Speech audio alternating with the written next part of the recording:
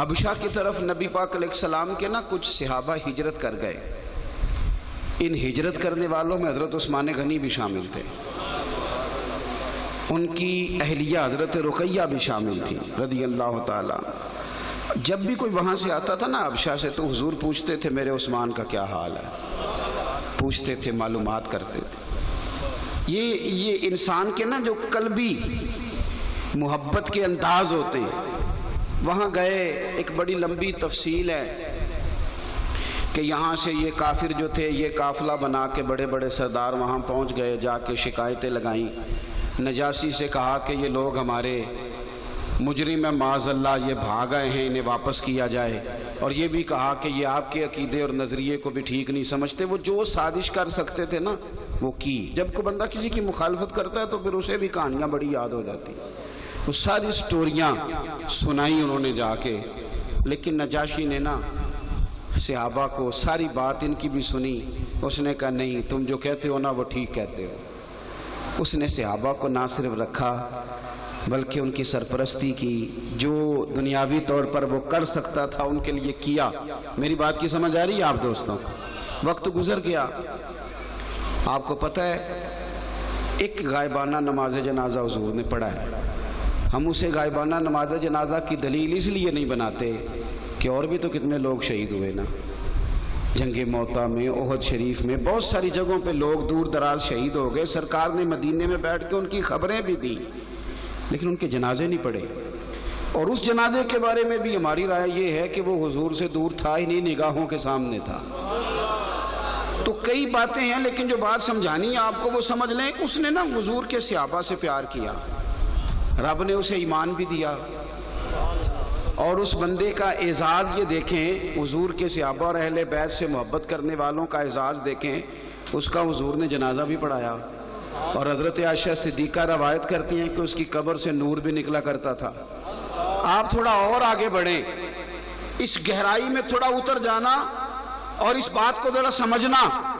سنگیو، سیدہ فرماتی ہیں کہ وہ کچھ لوگ آئے، حضرت انس بن مالک بھی فرماتے ہیں، کہتے ہیں کچھ لوگ آئے حبشہ سے.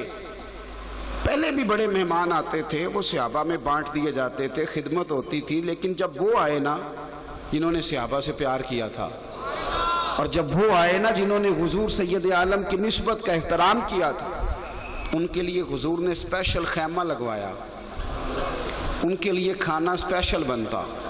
حضور ان کا تھوڑا سا انفرادی خیال رکھتے. لوگوں نے پوچھ لیا حضور آپ ان سے بڑی پیار کرتے ہیں، ان سے بڑی محبت ہے آپ کی. تو میرے کریم فرمانے لگے لوگوں، جب میرے صحابہ گئے تھے انہوں نے بڑا پیار کیا تھا، بتاؤ جو میرے غلاموں سے محبت کرے میں اس سے محبت نہ کروں؟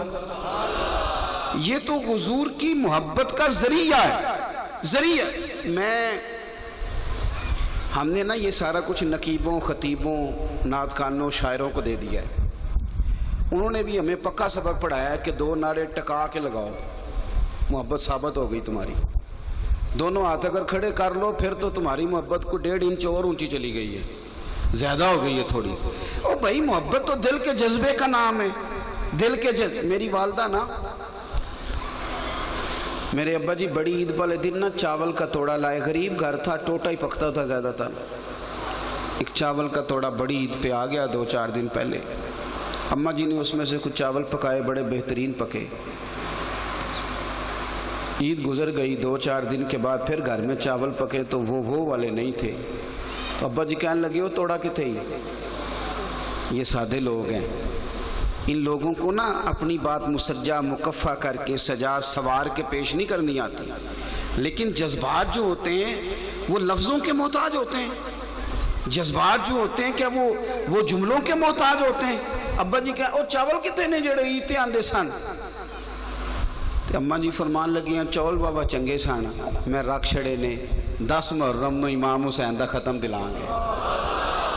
ہاں میری بات کو سمجھو یار. اس طرح بھی ہوتے ہیں کہ بندہ اپنے بچوں سے کہے کہ تم ٹوٹا کھا لینا، اور کہے کہ جب سیدہ پاک کے بچوں کی باری آئے گی تو پھر میں نے صحیح والے چاول پکا کے دینے. یہ کب ہوتا ہے؟ جب محبت اصل روپ اختیار کرتی. یہاں تو اپنے بچے کا ولیمہ ہو تو بندے ذرا چاول دیکھ کے لاتے ہیں، گوشت بھی رات کو خود چیک کرتے ہیں. باورچی بھی دور سے منگاتے ہیں. تو جب امام حسین کی نیاز پکاتے ہو پھر بھی اسی طرح ہی کرتے ہو. دعوے اونچے اونچے لمبے لمبے. اور جناب کوئی کہہ کے تو دیکھے. پہلے تو عقیدت کا رخ ٹھیک کرے, یعنی آپ کے جذبات امنڈ آئیں. میں نے بڑے بڑے غریب اور سادے لوگ دیکھے جو پچھلی صفوں میں بیٹھ کے امام حسین کا ذکر سنتے ہیں, لیکن جب ان کے وجود کو دیکھا جاتا ہے تو اس پہ کپ کپی طاری ہوتی ہے. جب ان کی آنکھیں دیکھی جاتی ہیں تو وہ محبت میں ساون بھادوں برسا رہی ہوتی. سنو ترمذی شریف کی حدیث.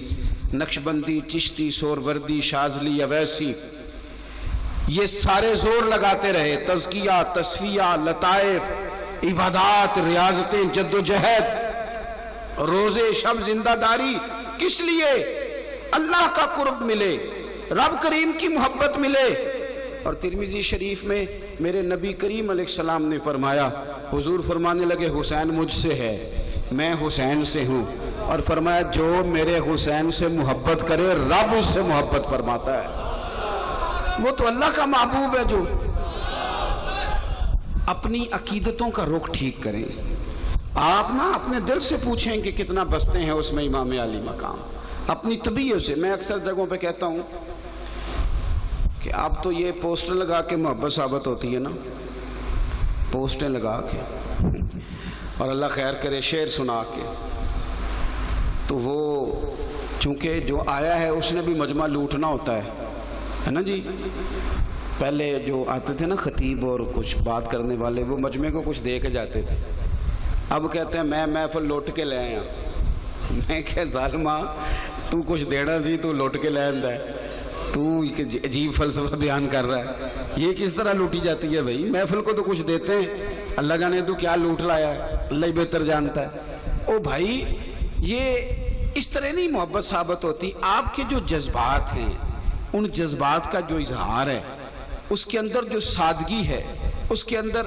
میں نا دور نکلا ہوا تھا ایک دفعہ میلاد شریف کے موقع پہ. بڑے لوگ ٹائم لینے آتے ہیں, یہ ہمارے بھائی بھی ٹائم لینے آئے. انہوں نے کہا جڑا مرضی دے چھڑو.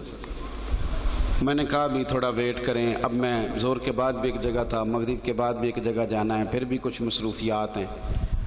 کچھ لوگوں کے ساتھ بیٹھنے کو دل کرتا ہے, وہ بھی موقع نہیں ملتا پھر اس دوڑ دھوپ میں. تو چلیں ہو گئی بات. یہ بھی ایک انداز ہے.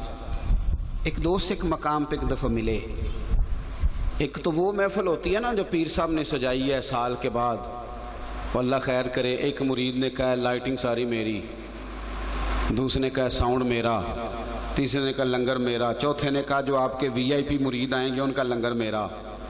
تو یہ تو ہو گیا پروگرام. اور پھر کمپنی کی مشہوری بھی صحیح ہو گئی, سب جگہ بینر شینر لگ گئے. کچھ لوگ زندگی میں اور طرح کے بھی ملتے ہیں. ایک صاحب ایک دفعہ ملے, تو ٹائم لینے آئے تو ان کا لباس ہی بڑا عجیب و غریب قسم کا, پھٹا پرانا, کندھے پہ انہوں نے. تو مجھے کہنے لگے حضرت صاحب حضور کے میلاد کا شوق بڑا ہے, محنت کرتا ہوں, ہر مہینے 1002 بچا کے سائٹ پہ کرتا ہوں, پھر میں سال کے بعد کریم کے نام کی محفل سجاتا ہوں.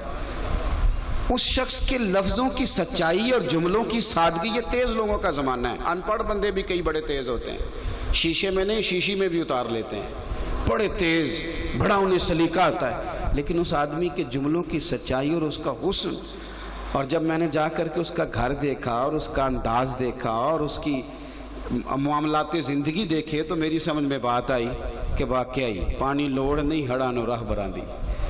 یہ نہ اپنے رستے پانی خود ہی بناتا ہے. محبت سلیقے بھی سکھاتی ہے, آداب بھی سکھاتی ہے, وہ اظہار جذبات کا رنگ بھی بندے کو دیتی ہے.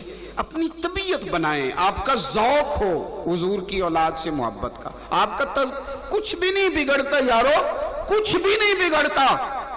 بادشاہ ہی رہے حضرت عمر بن عبدالعزیز, کوئی فرق نہیں آیا ان کی حکومت میں.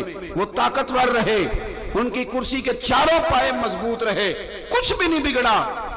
لیکن جب بھی کوئی سید آیا نا, انہوں نے کھڑے ہو کے استقبال کیا, انہوں نے اپنی کرسی پہ جگہ دی, اس لیے کہ وہ سمجھ گئے تھے کہ تیری نسل پاک میں ہے بچہ بچہ نور کا, تو ہے عین نور تیرا سب گھر. کچھ بھی نہیں ہوتا. حضرت ابوبکر صدیق رضی اللہ تعالی افضل البشر بعد الانبیاء بالتحقیق, یہی حق ہے، یہی سچ ہے۔ اگر سارے زمانے کو پتہ ہے کہ نبیوں کے بعد بڑا درجہ حضرت ابو بکر کا ہے تو ان کو خود بھی تو پتہ ہی تھا نا۔ لیکن شیخ اسماعیل حقی نے لکھا ہے، فرماتے ہیں سارے لوگ بیٹھے ہوئے تھے، حضور بھی تشریف فرما تھے۔ کیا ہوتا ہے کسی کو عزت دینے سے؟ میں نے تو ایسے لوگ بھی دیکھے ہیں جو دوران گفتگو کسی کا نام لینا بھی گوارا نہیں کرتے، کہ کہیں محسوس نہ ہو جائے کہ میں بھی ہوں تو شاید کوئی اور بھی ہے۔ ایسا نہیں ہوتا۔ آپ کے نا یہاں میں عصر کی نماز کے وقت آیا ہوں اور مغرب سے پہلے میں نے چلے جانا ہے۔ اگر آپ مجھ سے مل کے اپنے اس علاقے کے مقامی علماء اور مشائخ کی کچھ ایسی باتیں میرے ساتھ ڈسکس کریں گے بھی نا کہ یہاں غلطی ہے، تو میں تو جاؤں گا۔ آپ کی مذہبی ضروریات اسی بندے نے پوری کرنی ہے جو یہاں رہتا ہے، اسی نے جنازوں میں جانا ہے، اسی نے مسائل دیکھنے ہیں، اسی بندے نے آپ کے ہر معاملے میں کام آنا ہے۔ لیکن ہمارا رویہ تھوڑا سا کئی دفعہ اور طرح کا ہو جاتا ہے۔ اس کو سمجھیں، حقیقت پسند بنے۔ کسی کو عزت دینے سے انسان کی عزتوں میں کمی نہیں آیا کرتی، وہ باعزت لگتا ہے، بندہ باوقار لگتا ہے اگر کسی کا اکرام کرتا ہے۔ تمام صحابہ بیٹھے ہیں اور مجمع ہے اور حضور کی بارگاہ ہے، حضرت صدیق اکبر پہلو میں بیٹھے ہیں۔ ان کا نصیب یہ ہے، وہ رہے ہی پہلو میں ہیں ساری زندگی، وہ رہے ہی پہلو میں ہیں۔ کیا مقدر ہیں صدیق و فاروق کے، جن کے گھر رحمتوں کے خزینے میں، بس نصیب ہوتا ہے وہ رہے ہی ساری زندگی پہلو میں بیٹھے تھے۔ اچانک دروازہ کھلا تو حضرت مولا علی شیر خدا آ گئے۔ بڑے لوگ اور بھی بیٹھے تھے۔ یہ نا ہمارا مزاج بن جاتا ہے، میری طرح کے کئی لوگوں کا بن جاتا ہے۔ مثلا بچے بیٹھے ہیں طالب علم، تو ہم کہتے ہیں پتر کھول نہیں دروازہ، پانی لے آنا ذرا۔ بھئی ہو گیا مزاج، اب طبیعت بن گئی ہے۔ ہمیں تو اپنے جوتوں کا بھی نہیں پتہ ہوتا کہاں پڑے ہوئے ہیں، تو ہم پتہ ہے کسی نہ کسی لے ہی آونے نے کہیں ہوں گے، مزاج بن جاتا ہے۔ بڑے آدمی سمجھ جاتے ہیں چیزوں کو کہ بھئی اب میں شاید ساری چیزوں پہ نظر نہیں رکھ سکتا، کچھ ہیں میرے دائیں بائیں جو رکھ لیں گے۔ حضرت ابو بکر صدیق رضی اللہ تعالیٰ عنہ کے سامنے وہ سارے لوگ بیٹھے تھے جن کے سامنے اللہ کے پیارے محبوب علیہ السلام حضرت صدیق اکبر کے فضائل بیان کرتے ہیں۔ ان کو پتہ تھا، وہ جانتے تھے، وہ سمجھتے تھے، لیکن مولا علی آ گئے۔ حضرت صدیق اکبر فٹافٹ اٹھ کے کھڑے ہوئے، آگے بڑھ کے ان کا ہاتھ تھاما، پھر انہیں لا کے نہ تو جہاں وہ بیٹھے تھے نا حضور کے پہلو میں، وہاں بٹھایا حضرت مولا علی کو، خود سامنے بیٹھ گئے۔ مجمع پہ سناٹا ہے، ضروری نہیں کہ تیری تقریر اور تیرے شعر پہ ہی ہمیشہ رونا ہے، کئی دفعہ تیرے عمل پہ بھی رونا آ جاتا ہے۔ کئی دفعہ کسی کو ٹھہر کے اتر کے غریب آدمی کو سینہ لگا کے ملنا بھی اسے تڑپا دیتا ہے۔ کئی دفعہ 2 منٹ کی کسی کو شاباشی بھی رلا دیا کرتی، ہو جاتا ہے اس طرح بھی۔ سب لوگ بیٹھے ہیں، تقریر نہیں ہوئی، ادب کی خطبہ نہیں پڑھا گیا، منقبت نہیں ہوئی، حضرت صدیق اکبر نے اٹھ کے استقبال کیا، اپنی جگہ بٹھایا۔ محفل کا رنگ ہی اور ہو گیا، ذہن ہی اور بن گئے۔ کوئی کیا بولتا، میرے کریم محبوب بولے۔ حضور فرمانے لگے، لوگوں دیکھا تم نے، دیکھا ابو بکر نے کیا کیا ہے؟ حضور فرمانے لگے، لوگوں قدر والے ہی کسی کی قدر کو پہچانا کرتے ہیں، عزت والا ہی کسی کو عزت دیا کرتا ہے، جو قابل احترام ہو وہی عزتیں پہچانا کرتے ہیں۔ ایک تو آپ مہربانی، میں سارا محرم میں نے لوگوں سے کہا ہے کہ اچھے شاگرد استادوں کی ڈگریاں نہیں چیک کرتے، استاد ڈگریاں چیک کرتے ہیں شاگردوں کی، شاگرد استادوں کی ڈگریاں چیک۔ اسٹوڈنٹ بیٹھے تھے نا تو استاد آ گیا، انگلش کا، عربی کا، اسلامیات کا، اردو کا، اس نے آ کے کہا کتابیں نکال لو فرسٹ ایئر کے اسٹوڈنٹ کو، سب نے نکال لی۔ ایک بول پڑا، کہنے لگا استاد صاحب پہلے بتائیں آپ نے ایم اے کی ہے، اور اگر کیا ہے تو ایم ایڈ بھی آپ ہیں کہ نہیں، اور اگر ایم ایڈ ہیں تو پھر بھی آپ سفارش پہ ہیں کہ میرٹ پہ ہیں؟ تو استاد پتہ کیا کرتا ہے، جنہوں نے کتابیں نکال لی ہوں کہنے پر اسے پڑھاتا ہے، اور جو سوال جواب کرے نا پوچھے ڈگری کا، اس کو کہتا تو نکلنا کمرے سے باہر۔ میری ڈگری پوچھے گا پرنسپل، میری ڈگری پوچھے گا مجھ سے بڑا، تو کون ہوتا ہے ڈگری پوچھنے والا؟ او خدا کے بندے، ہمیں تو یہ کہا گیا تھا کہ قرآن پاک کو اور اہل بیت کو تھام کے رکھنا، گمراہی قریب نہیں آئے گی۔ ہمیں تو یہ کہا گیا تھا کہ صحابہ ستارے ہیں، جس کے پیچھے چلو گے اللہ ہدایت عطا کرے گا۔ ہم نے ان سے ہدایت لینی تھی کہ ان کے مشاجرات میں کلام کرنا تھا؟ ہم نے تو ان سے فیض لینا تھا، ہمارا کیا کام ہے کہ ہم جا کے گھومتے پھرے ان چکروں میں جو ہمارے ہیں ہی نہیں، وہ معاملات جو ان کے درمیان ہیں وہ اللہ جانے اور وہ جانے۔ آپ فیض لیں، آپ ان سے سیکھیں، آپ ان سے تربیت لیں۔ لوگ ان کو دیکھ کے ادب سیکھتے تھے، لوگ ان کے قریب بیٹھتے تھے تو نور حاصل کرتے تھے۔